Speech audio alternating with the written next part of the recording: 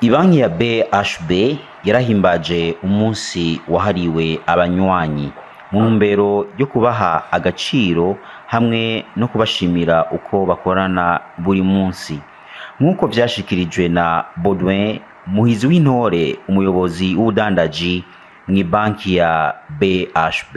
Umunsi uhimbazwa kw'isi yose, umunsi wahariwe umukiriya, umunsi wahariwe abanywanyi, akaba ari umunsi ukunda guhimbazwa isomene ya mbere ikwiye yose yo mu kwezi kwa cumi.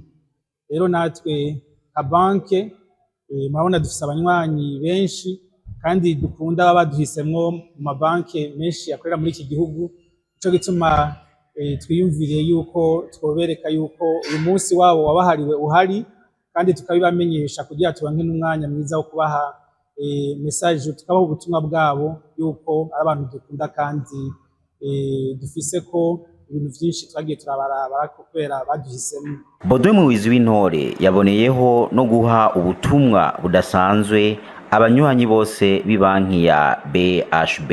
Akajambo twobwira abanywanyi bacu nuko tubakunda, ica mbere, ica kabiri kandi nuko turi ngaha kugira tubashigikire mu ndoto zabo, kandi iciza nuko twebwe nka banki tujeje guteza imbere uburaro bwiza.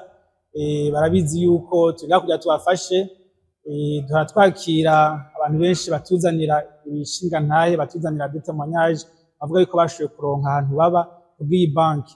Rero kuri iyi ndwi yabahariwe twagira tubabwire kandi ko turi ngaha kugira tubafashe, kandi ko tuzogerageza gukorera ku vyiyumviro vyabo, ivyo batubwira twoshobora kwiyameliora turavyakira.